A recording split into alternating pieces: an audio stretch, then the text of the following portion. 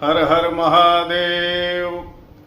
आज की इस वीडियो में संवत्सर वर्ष 2083 सन 2026 में जो अधिक मास लगने वाला है, पुरुषोत्तम मास लगने वाला है, उसके संबंध में हम बात करेंगे।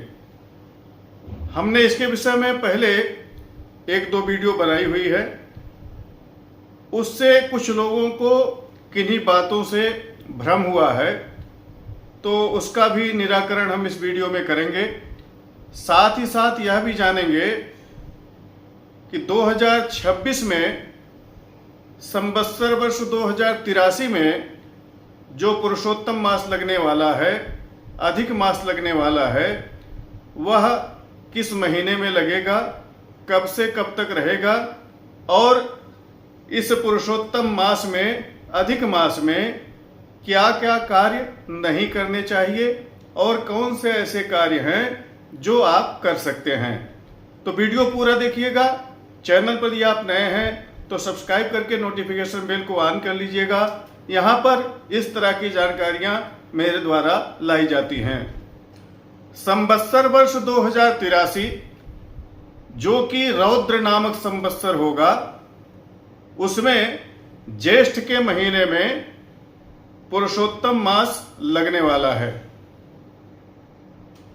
और उस महीने में क्या कार्य हम कर सकते हैं, क्या नहीं कर सकते हैं, शास्त्रों में हमारे क्या बतलाया गया है, इसके संबंध में हम जानेंगे। तो सबसे पहले तो हम यह जान लेते हैं कि कब से कब तक पुरुषोत्तम मास रहेगा। 17 मई 2026 को अधिक मास का प्रारंभ होगा और 15 जून 2026 को अधिक मास का समापन होगा। यह अधिक मास ज्येष्ठ के महीने में लगेगा। जो हमारी पिछली वीडियो हमारे दर्शक देखे थे, उससे कुछ दर्शकों को यह भ्रम था। उनका यह प्रश्न था कि क्या जिस वर्ष में अधिक मास लगता है, उस पूरे वर्ष भर में हम कोई नया व्रत न शुरू करें या जो पुराना व्रत चल रहा है उसका समापन उद्यापन न करें। ऐसा उनका प्रश्न था। तो उन्हें मैं बता देता हूं, ऐसा है कि अधिक मास में, पूरे वर्ष में नहीं, अधिक मास जो एक महीने का रहेगा, उस अधिक मास में आपको कोई नया व्रत नहीं प्रारंभ करना है और आप पुराना जो व्रत करते हुए आ रहे हैं उसका उद्यापन भी उस अधिक मास के अंदर नहीं करना है। अधिक मास के बाद या पहले आप जैसे व्रत करते रहे हैं या कोई नया शुरू करना चाहते रहे हों तो आप कर सकते हैं, लेकिन अधिक मास के अंदर आपको ये कार्य नहीं करने हैं। अर्थात 17 मई 2026 से 15 जून 2026 के बीच में आपको किसी नए व्रत को नहीं शुरू करना है। आप कोई पीछे से व्रत करते हुए आ रहे हैं तो इसके मध्य में उस व्रत को समाप्त भी नहीं करना है। इसके साथ साथ और कौन कौन से कार्य ऐसे हैं जो इस अधिक मास के अंदर नहीं करने चाहिए, उसको हम जान लेते हैं। देखिए, निर्णय सिंधु हमारे हाथ में है और जो यह धर्मशास्त्र है, इसमें अधिक मास, मलमास के संबंध में कहा गया है कि इसमें क्या क्या चीजें हमें नहीं करनी चाहिए। आप उसे ध्यान से श्रवण करें। कालादर्श नामक एक ग्रंथ है जिसमें कहा गया है कि जो कर्म नित्य न हो, अर्थात जैसे आप प्रतिदिन संध्या करते हैं, प्रतिदिन पूजा करते हैं, देवताओं को स्नान कराते हैं, तो ऐसे जो कार्य हैं, तर्पण करते हैं, नित्य श्राद्ध करते हैं, नित्य हवन करते हैं, अग्निहोत्र करते हैं, ऐसे जो कार्य हैं उसे आपको निरंतर करते रहना है। कोई नया कार्य इसमें आपको नहीं शुरू करना है।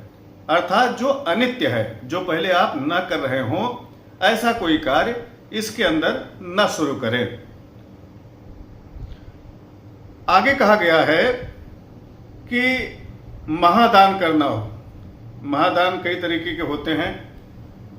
अगर आपको महादान करना है तो आपको इस अधिक मास के अंदर महादान नहीं करना है, अग्नि का आधान नहीं करना है, कोई यज्ञ नहीं करनी है, अपूर्व तीर्थ यात्रा नहीं करनी है। अर्थात जिस तीर्थ यात्रा में आप पहले कभी नहीं गए हैं, ऐसी कोई तीर्थ यात्रा आपको इस अधिक मास के अंदर नहीं करनी है।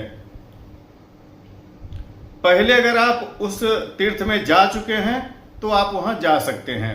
इसके अलावा अपूर्व देवता का दर्शन, मान लीजिए जिस देवता का आपने कभी दर्शन नहीं किया है अपने जीवन में, उनका दर्शन इस अधिक मास के अंदर आपको नहीं करना है। और यदि आप पहले आप कर चुके हैं तो आप जाकर के दर्शन कर सकते हैं। देवता की प्राण प्रतिष्ठा, सरोवर की प्राण प्रतिष्ठा, बापी बनवाना, बावड़ी, कुआं, तालाब इत्यादि बनवाना, यज्ञोपवीत संस्कार, संन्यास आदि जो संस्कार हैं उसको, और कामना के निमित्त जो वृषोत्सर्ग किया जाता है उसको, और बालक को प्रथम बार घर से बाहर निकालना। मान लीजिए कि आपका बालक अभी तक घर से बाहर नहीं गया है, वह चाहे किसी कार्य के लिए हो, तो उसको इसके अधिक मास के अंदर पहली बार नहीं भेजना है। राजा का अभिषेक हो गया। प्रथम बार मुंडन, अगर एक बार मुंडन हो चुका है, आपने कोई मनौती मानी है कि आप बच्चे का मुंडन और भी कहीं करवाना चाहते हैं, तब तो कर सकते हैं। लेकिन अगर पहला मुंडन है तो भी इस अधिक मास के अंदर नहीं करना है। कोई व्रत शुरू नहीं करना है, अन्नप्राशन नहीं करना है, गृहारंभ नहीं करना है, और गृह प्रवेश भी नहीं करना है। इसके साथ साथ विवाह, नामकरण, देवता का महोत्सव, व्रत का आरंभ और उद्यापन अर्थात व्रत का पूर्ण करना, यह भी कार्य इस अधिक मास के अंदर, पुरुषोत्तम मास के अंदर नहीं करना चाहिए। जो काम्य कर्म हैं और पापों का जो प्रायश्चित है, ऐसे भी कार्य मलमास में नहीं करने चाहिए। उपाकर्म, उत्सर्ग, पवित्रियों का ग्रहण, दमन का रोपण, हेमंत ऋतु का उत्सव, सर्पों की बलि, अष्ट का श्राद्ध, ईशान देवता की बलि, विष्णु का शयन, उनका करवट लेना, दुर्गा इंद्र का स्थापन और उत्थान, इंद्र की ध्वजा उठाना, ये सब कार्य अधिक मास में, मलमास में नहीं करना चाहिए। ऐसा माधव ग्रंथ में है, हेमाद्रि ग्रंथ में भी है, कालादर्श में है, दियोदास आदि ग्रंथ में भी बतलाया गया है। यात्रा, उत्सव, देवता की सौगंध और दिव्य कर्म को मलमास में नहीं करना चाहिए। इसी तरह से अगर शुक्र अस्त हैं, गुरु अस्त हैं, तो भी जो बातें हमने बतलाई है उन कार्यों को भी नहीं करना चाहिए। बतलाते हैं कि यदि गुरु अस्त हैं, शुक्र अस्त हैं, तो ऐसे समय में मलमास में जो कार्य हम नहीं करते हैं वो कार्य इन सब समय में भी नहीं करने चाहिए। आशा है इससे उन लोगों की शंका का समाधान हो गया होगा। तो उस वीडियो में मेरे कहने का तात्पर्य यही था कि मलमास के अंदर आपको कोई नवीन व्रत का आरंभ नहीं करना है और अपने पुराने चलते हुए व्रत का समापन भी इसमें नहीं करना है। और मलमास से पहले या मलमास के बाद आप जो भी व्रत करना चाहते हो, उद्यापन करना चाहते हो, वह कर सकते हैं। तो यह आप जरूर जान लें कि आगामी संवत्सर वर्ष 2083 जिसका नाम रौद्र संवत्सर होगा, उसमें ज्येष्ठ के महीने में पुरुषोत्तम मास लगेगा। 17 मई 2026 से 15 जून 2026 तक अधिक मास रहेगा। इस अधिक मास में भगवान पुरुषोत्तम की उपासना, श्री हरि की उपासना करनी चाहिए और उनकी कथा का श्रवण करना चाहिए। साथ ही साथ अपने जो पितृ हैं उनके निमित्त, उनकी शांति के लिए, तृप्ति के लिए तर्पण इत्यादि करना चाहिए और 33 मालपुए का दान करना चाहिए। इन सब की वीडियो हम पहले बना चुके हैं। सब वीडियो आपको इस वीडियो के डिस्क्रिप्शन में मिल जाएगी, आप वहां से जा करके देख सकते हैं। इस वीडियो को अन्य लोगों को शेयर करना मत भूलिएगा। जो लोग भ्रम में थे उनका भ्रम इससे दूर हो जाएगा। और चैनल को सब्सक्राइब करके रखिएगा, यहाँ पर आपको तरह तरह की जानकारियां मिलती रहेंगी। प्रामाणिक व्रत पर्व त्योहार, ज्योतिष, वास्तु तथा ग्रह बाधा शांति के संबंध में जानने के लिए बने रहें हमारे साथ। नमस्कार। जय विश्वनाथ।